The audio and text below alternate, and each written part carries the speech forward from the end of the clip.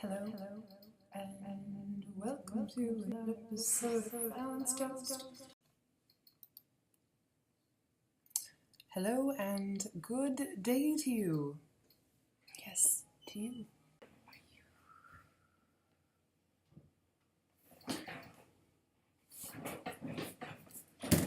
Hello!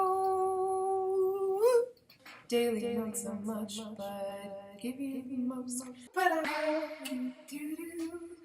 Hello, and good day to you out there in the world, wherever you are. I won't keep you long. I know you're all very busy working hard to nourish the revolution. But I'd like to share, and you, and you, and you, and you, and you, and you, and you, and you. Good day to you.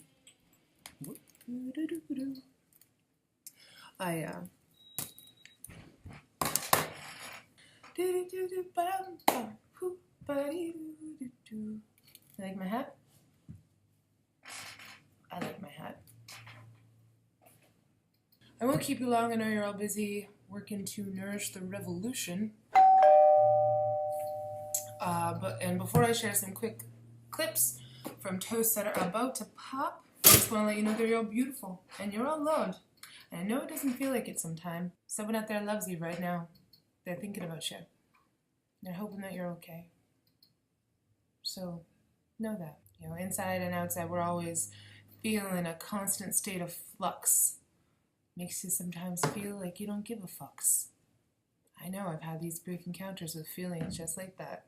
But deep down along the walls of my vagus nerve, I believe. That's why I continue to share, educate, compassion, love, loyalty, practice truth. You know? It's important. There's a fabric of what we've been taught. And it's currently burning brightly, lighting the way for truth to emerge. And though scary and sad and confusing, embrace it and share it with your friends and your family and your pets. Pets want to know these things too. I'm grateful for all of you listening, and I am grateful for all my guests and those that have, used Fallon's Daily Toast as a platform to share what they have to say. And there's so much to come, so stay tuned in. If you're in the area of Central Square tonight, check out Houseboy, featuring Bob, Diesel, and Busick as special guests.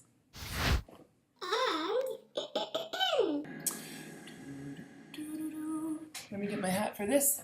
To show appreciation to those artists, Zebler and Canty, who spent decades filling us up with sounds that make us get down and spin around. Today they launched a fundraiser campaign to cover some of the costs of buying a new touring vehicle. Last week their tour Jeep died. Oh no! Ooh.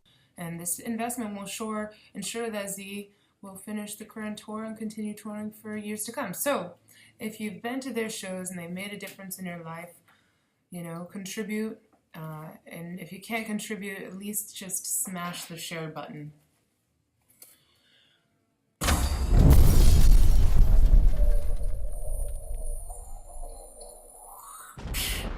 That's my art right there. It's a piece I've been working on for years. And someday I'd like to make it light up from behind and, make it so that you can go up and touch it and it plays music and lights up. Really looking forward to that dream coming true. So to all of you lovers out there, continue loving the love. And, looking above at the stars at night. May they twinkle down upon you and inspire you. All right, see you later. Have a good day.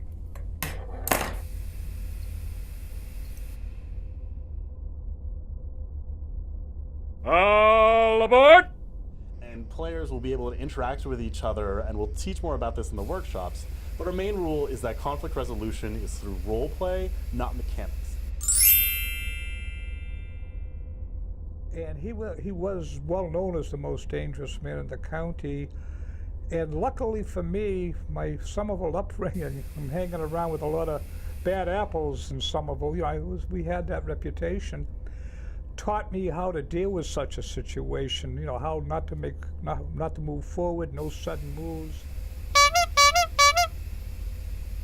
It's a good metaphor, the whole broadcast for the story in that sense as well, because Orson Welles was quite smart putting all this stuff together, and I think he appealed to something that is very human, which is the fear. It's a very human emotion and a very strong emotion. So he hooked up people that way with the fear of something coming to us. But as you're mentioning, sometimes, as in the movie, the monsters are not out there, the monsters are within you. And that fear that I think part of American history has been built on the fear of being attacked by external forces. The way it works is you can look at parking lots and you can compare prices and then sometimes see the availability, and then also there's this spot sharing feature, which is basically going on the idea of like sharing is caring. Yes. Oh, I love it. Kindness, paying it forward. Exactly. That's really special. So someone that is in a spot essentially is like, hey, I've got 30 minutes left on this. If anyone's in the area, you know, that's really nice. I started performing magic, and before you know it, I was 15 years old. I became a professional magician at that point. My first professional gig was in Holyoke, Massachusetts, by the way. That's incredible. Hello, Holyoke. Hey, Holyoke, Hey. and Norman Sweet. Yeah, Norman Sweet was he was a guy that he worked for an organization called Operation Magic. Operation Magic was an organization run by David Copperfield to help out those less fortunate, to help out, inner city kids, to teach them, the arts about magic. There were kids that played baseball. There were kids that liked sports. I was more of a book guy, and I was fascinated by magic. I was totally fascinated by magic as a kid. It brought me so much joy in the environment that I was in at the time. Hey, what's going on, everyone? Nice to see you. Hope you're all well and fun. Yeah, we're filming. Joining me now is Therese Marie. Hi there. Change agent. And so thanks for being on the show, you. Thank you Beautiful. for having me. We just met like 24 hours ago. And we are instantly instant friends. Instant That's friends. how it happens, though. You are who you associate with. I went to go hug her by mistake. Yeah. And she just accepted it. It was beautiful. And then we went and we got appetizers together. Yeah, it was and nice. we became friends. Yeah. So. And she felt so comfortable enough to tell me a very intimate and personal So story. comfortable. Yeah.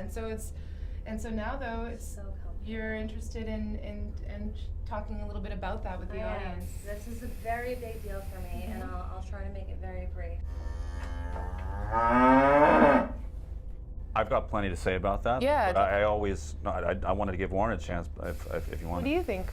Well, like a lot of my veteran friends say the same thing. They say it's all rigged, it's an oligarchy, you have no say in it, it's all a complete illusion, your vote doesn't count, the voting machines control everything, it's all play for our benefit to give us the illusion of democracy. And that's partially true. A lot of it is rigged, but at the same time we do have a voice. We just have to fight for it. It's not just a vote. You don't like once every 4 years go and tick a box. You have to actually get involved in the process if you actually want your voice to be heard. You have to get on TV and rant your say and protest. I've got 2 lawsuits going right now in Is that all? In New York. Well, they got 40,000 of the votes in Brooklyn overturned so far. I would believe that. And I mean, I keep seeing it pop up all the time in the news. yeah, even though the oligarchy and the shadow government or whatever, the party machines do suppress us. They don't completely suppress us.